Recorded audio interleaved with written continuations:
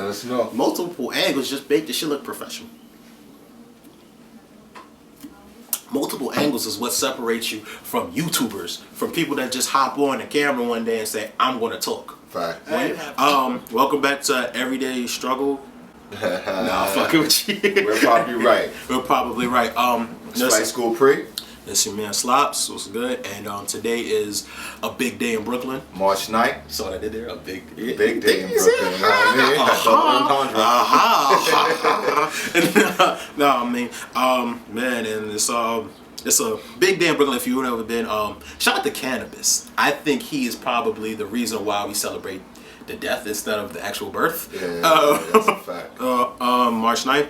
But what we're going to do is we're going to do a special episode of We're Probably Right. And what we're going to do is we're going to list our top 10 in big honor songs of notorious b.i.g. Christopher Wallace. Rest in peace, Frank White, King of New York, man. And what we're going to do is, of course, there's so many songs, man, and you would be shocked in 2-3 albums if you want to count Born Again. It's so many classic songs. It was so hard to condense it into 10. But, you know, we work hard for y'all, so we actually did it. And what we have is, first we're going to start off with our honorable mention because these are just our songs that we don't know if y'all going to relate to them like we did, but we fucks with them. And what was your honorable mention? I think the actual, the title track to the album, Ready to Die, I think that's one of the realest. Ooh, that shit was raw. Deepest, in a sec, I'll throw a tech to your fucking neck. One of his most personal songs he ever did in his career and shit. It's like, Mom's Got Cancer. Like, he told you, you learned a lot from Biggie off of that one song right there. Shit, my mom got cancer in her ask me why mother. Shout out to Mr. Cronin. That was my religion teacher at Laughlin. He actually played that for us in our religion class. Ready to Die. Yeah, he played played Things Done Change. Things Done Change. Oh, that's Things Done Change. But he spoke about his mother having both of them. both songs. Yeah, whenever I hear the breast cancer part, but you think about that line from Things Done Change. Yeah. Which was a fucking another classic track too, man. So we fucking missed. That's what I'm trying to show y'all guys. It's like Big got so many. Like Biggie discography is not that big. And Biggie never made no whack songs, in my opinion. You understand me? If you think he has a whack song, he probably has 2 or 3 tops, but he doesn't have any whack songs really. So to actually find your top 10 Biggie songs, you're actually leaving out a lot of great songs on the list. Yeah, bro. So y'all gotta excuse us. We know y'all gonna kill us in the comments. Excuse me. All right, then mine's I gotta go with Give Me the Loot. The fucking concept. The 2 voices. He got the 2 voices from Slick Rick. I don't want to sit here and act like he originated everything in a rap game. He said he got that from Slick Rick. Just the story about it, the way it ended, it was climatic. You understand what I'm saying? The nigga was robbing pregnant bitches. So yeah, that's where his life was at that time. He was in his bag. Yeah, exactly. Just to have the idea to do that song the way he did it, and then a lot of people at the beginning didn't know.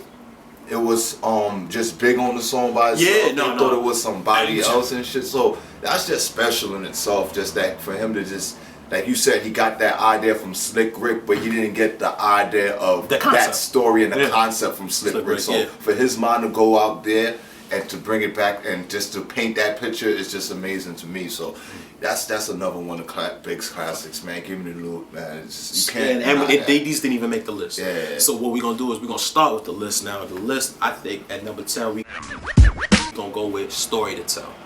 And Story to Tell, bruh. Once again, conceptually, who is fucking with big conceptually? It's one of the greatest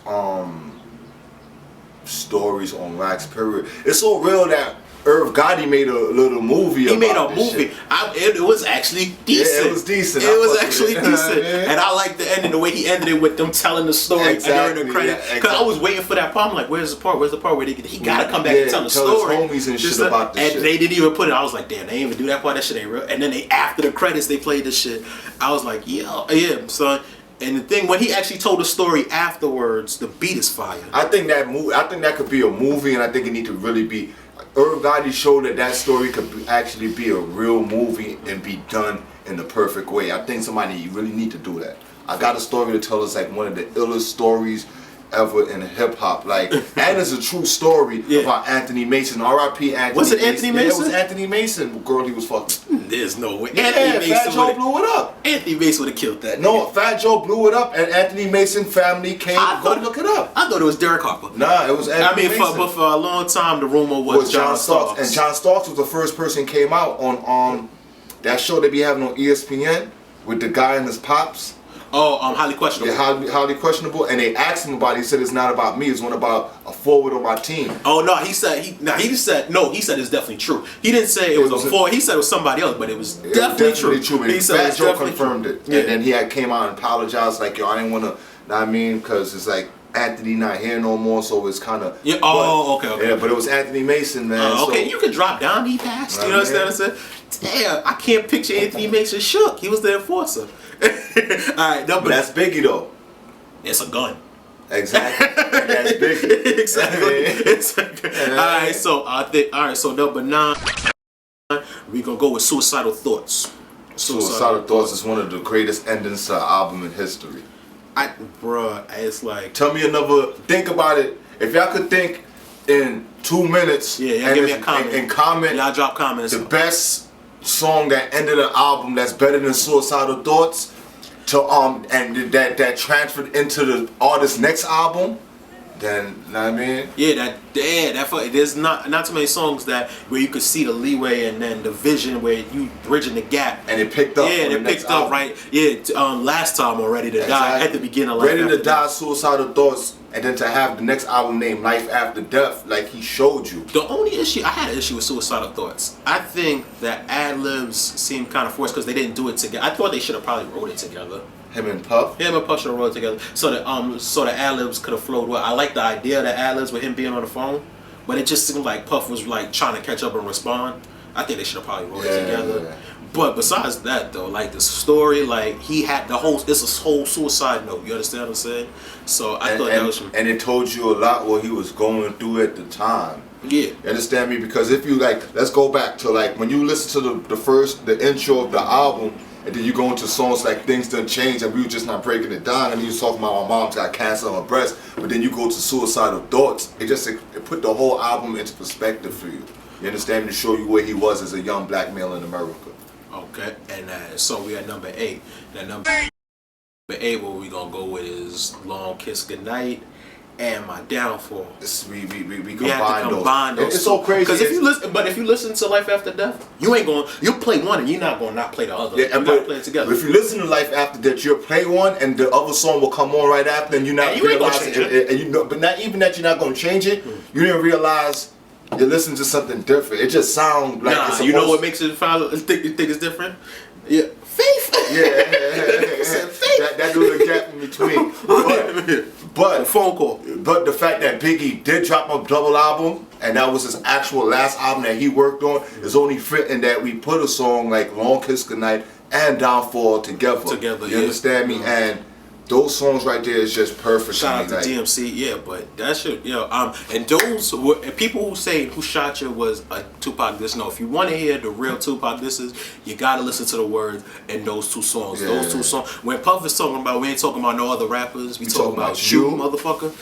Yeah, exactly. That's all Tupac. Right? That was his official Tupac response. Yeah. So I mean, a lot of people outside New York get things say Big can't be the greatest because he never came back at Pop.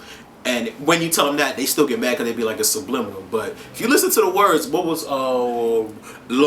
Pray on My Downfall? If you listen to the last verse on My Downfall, that shit is kind of better than.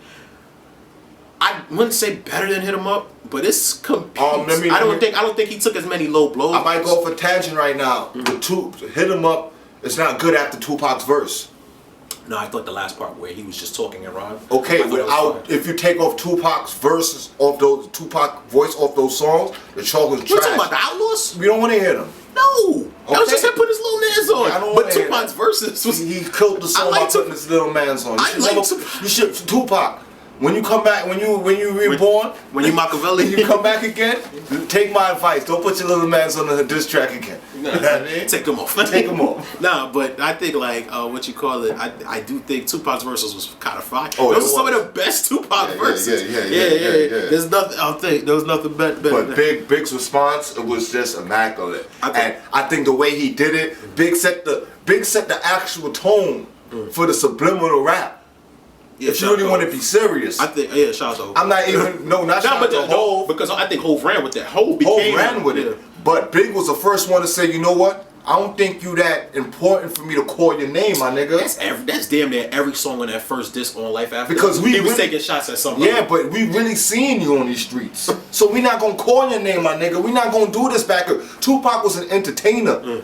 Biggie was more like a Brooklyn nigga, like yo, them niggas are telling him, don't say. But that's the thing. That's how you know, because he knew everybody that he was rolling with. Exactly. He knew everybody that Pac was rolling with, and he didn't. There was look, y'all need to take notes nowadays on YouTube niggas and y'all SoundCloud niggas. He never implicated none of them. He never implicated a soul. He never implicated Tut. Jack, all these shit spill out to this day. Henchman and Big knew all these people. Big knew all of them because he's personally. From Brooklyn. He actually introduced Pac to some of them. So, yeah, exactly. So that's the situation. So to not implement any of them, but still let people know that he was getting extorted and shit like that. These are the type of things like Big. You could tell Big was actually like kind of like a street dude. Exactly. You understand? Not kind of like he was a street dude. Exactly. It was different between a nigga like Biggie and Tupac, you understand? Because when Pac got emotional, Pac let everybody know exactly who it was. You understand? That's not the traits of a nigga that really was in the streets. It was in the streets. All right, so number 7, we gonna go with Niggas Bleed. Once again, this is like when this play out in my head. I don't know, for some reason it plays out like a fucking anime movie. Like you remember the old Spawn on HBO? Yeah. How that shit was just like dark and cloudy. It is yo, this shit. It just plays out like he sets the atmosphere, the mood. You understand? Niggas Bleed is amazing. So rims got parked. Yeah, they know. But even that one, you could still like the thing, my man Arizona Raw from Tucson. Lucy Rock. You could get all these shits in your head. You could picture a nigga with tatted up in a car listening to the Isleys, in a Yukon listening to the Isleys. Peeps caught the jokes, heard it was sweet, about $2.50 a piece. Oh man, yeah. And the nigga came back speaking, came back with lavish habits. You see, let me tell you the difference between Biggie stories and Nas stories.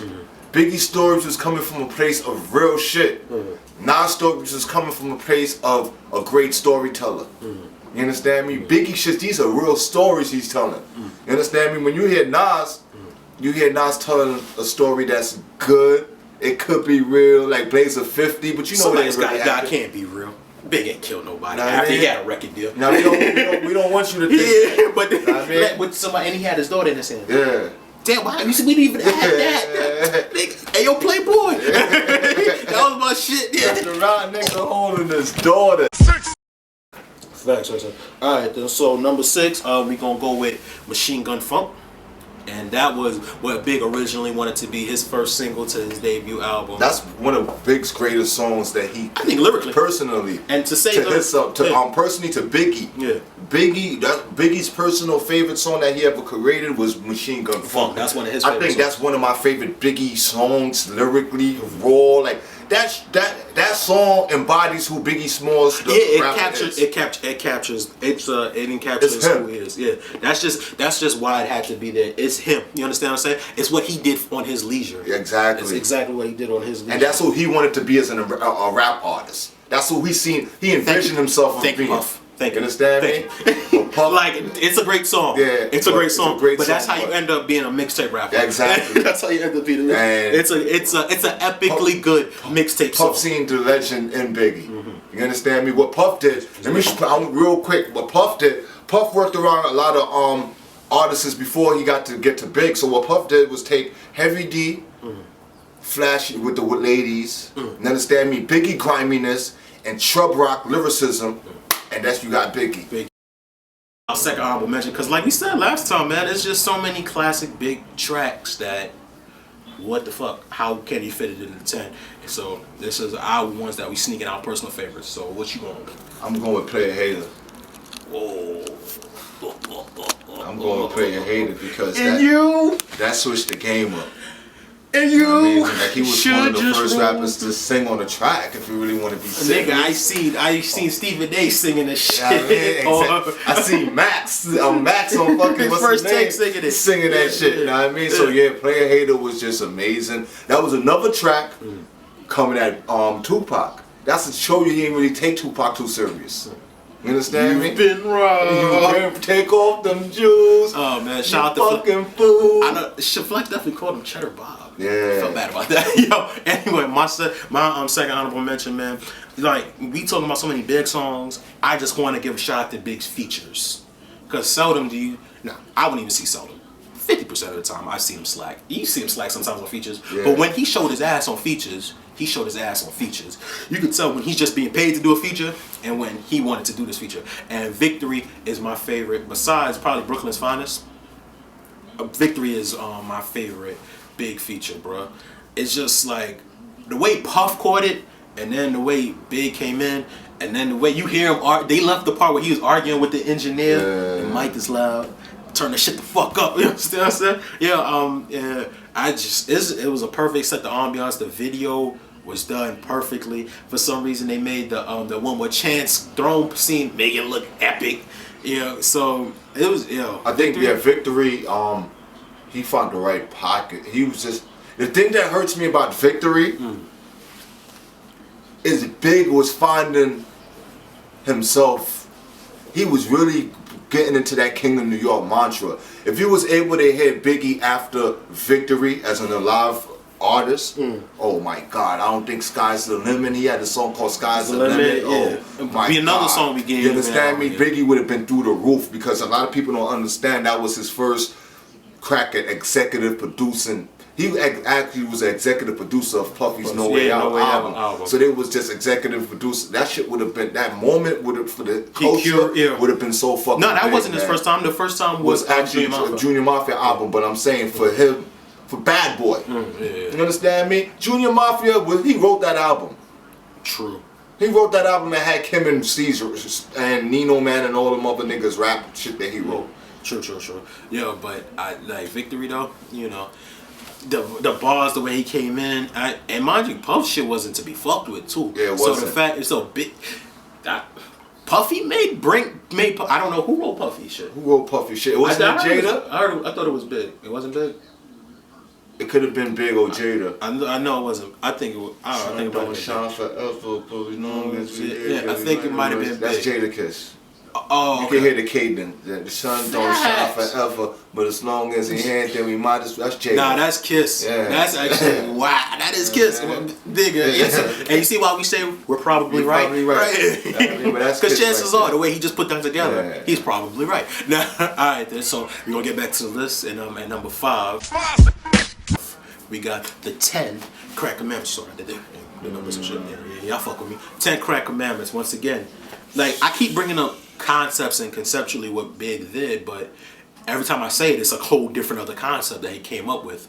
And like, nigga, never get high on your own supply. It rhymes. Like this shit seemed like something like you could. You understand what I'm saying? It's like, so crazy when you go back and watch Scarface and you hear that jewel right there. Oh and yeah, it takes you when back to the movie. Yeah. Shout out to Ice Cube on Dope Man. Yeah. Never get high on your own supply. It's like just the commandments. Number 5, never sell no crack where you rest at. I don't care if they want an ounce, tell them bounce. Number 6, that goddamn credit did it. You think them crackers or the weed has paying you back? Should forget it. It's real story. You understand? A strong word called consignment. He's showing you how not to. You all seen the end of Money and Violence where all the Mexicans rolled up. Exactly. He's trying to show you how to avoid that, how to avoid the cartel on your ass, because they gonna run their money, rain, sleet, hail, snow. You understand what I'm saying? So that's just. It's like it rhymes, my nigga. That's the shit. It's so cohesive. It all made sense. It seemed like it was actually in the order of importance. Exactly, and it was not forced. It fucking rhymed. And it made sense. Not only that it rhymed, it actually, like, it was the 10 Crack Commandments. It was like, you could tell, like going back to what we said, you could tell the difference between Biggie and Pop.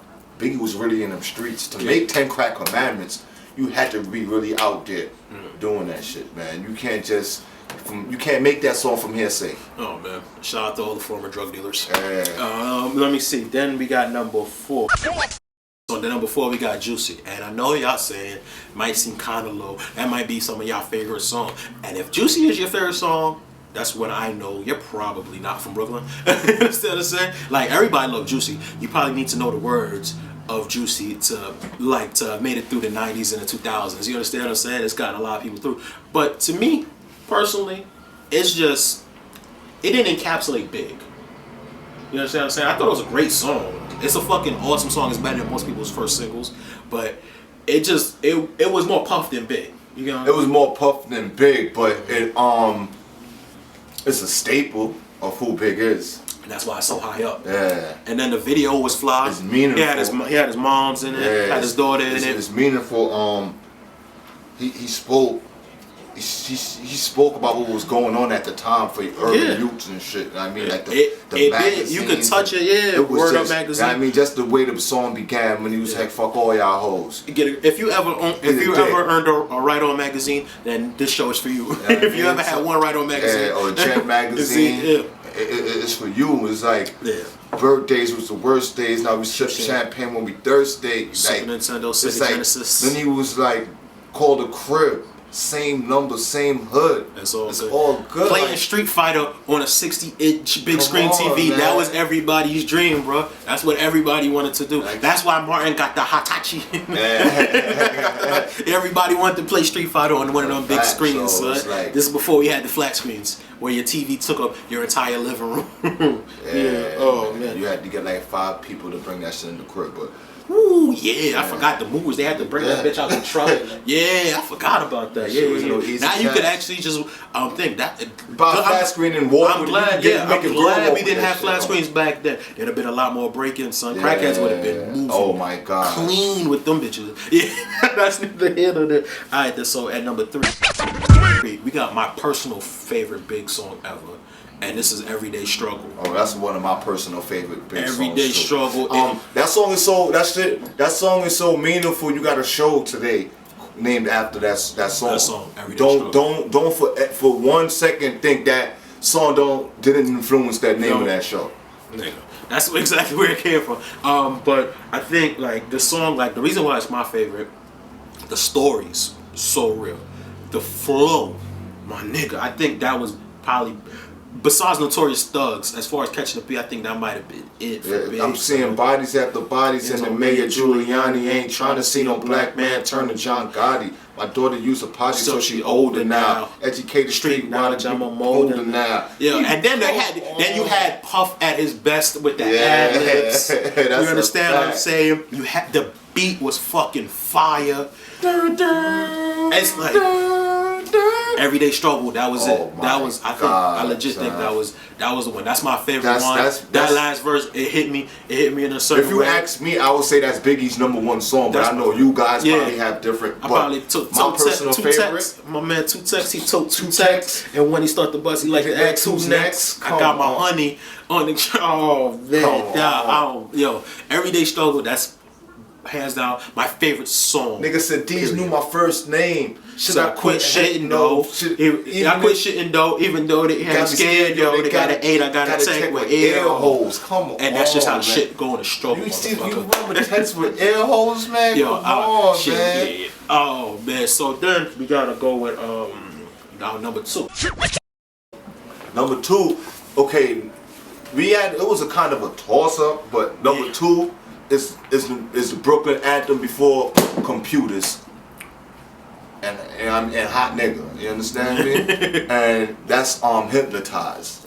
Like you seen the energy when they do it on at his It was like that's nigga.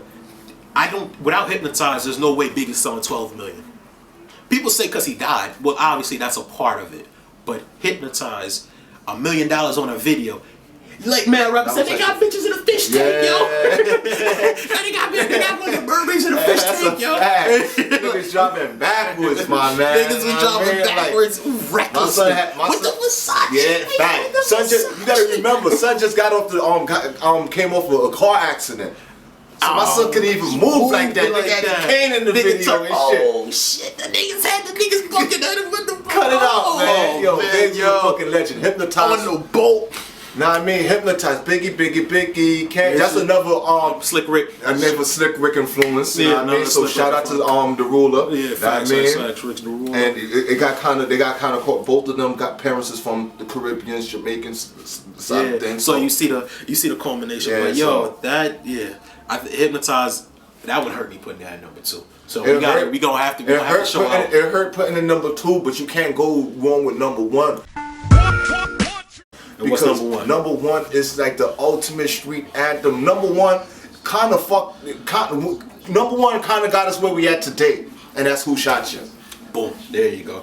Dum, dum, dum, dum. Who Shot You? It's like when that song came out. It came out at a time where it was in between Biggie's transition. That song got us where we at today. Facts. You understand me? Like that's one of the big. Like I remember when that song came out, the feeling of Brooklyn when that song was just out. You didn't have a Biggie album out at the time. Ready to Die was already out. It was already successful. That was like a year. Yeah. That's 2 years. Ready to Die was already successful. We didn't know when the next Biggie album was coming. We were still waiting for the second Biggie album, and just to put that song out as just a single, rappers didn't just do that in those times. Yeah, what Drake doing now is not normal. Exactly. What Drake doing was not normal back then. What Drake doing now with just dropping like random hot ass songs. It was not normal. Yeah. And Biggie kind of set the precedent for that shit right there. When he dropped Who Shot You, it was just like, it was to the moon, like the streets. Like Tupac was in jail going crazy. It made him sign a fucked up contract just to get out to respond to that song. That's just how real that song was. Like Tupac was, like he was growing hair in jail after hearing fucking Who Shot You. Listen, Tupac didn't have a bad hairline, which I can't say about most bald-headed niggas. It wasn't a bad hairline. I thought he had I would think. Who Shot You made that man grow hair in jail, exactly. That nigga was pretty peasy. But that shit, Who Shot You? The skit after, I could see how Pac was thinking about it. It was the skit that fucking got me. Yeah. It was a skit. I thought, the skit kind of song. And the crazy thing about that song, Biggie actually added the second verse on that song to show DJ Clark Kent that he was better than Jay-Z. Because Clark Kent kept telling him, you're not better than Hov. Yeah. And he like, hold up, this nigga say he don't even have a record out, my nigga. Exactly. He came back. He had to show him and showed him like, yo, why I'm the nigga. But like Clark Kent said, Biggie was the best flower. Jay-Z was the best rapper, like lyrically and shit. No, but flow-wise, yeah, he was. Yes, he was. But flow-wise, yeah, man, go back to Hovey Baby. But flow-wise, Biggie had it. He was the best rapper flow-wise. Like, his flows, the greatest flows in the history of rap. Bar for bar. You know what I mean? He would shoot Jay up. No, you won't. Because there's only like 2 or 3 rappers I would do not think Big could get bar for bar. And if he can't get you bar for bar, either his concept gonna get you or his flow gonna get you. You understand what I'm saying?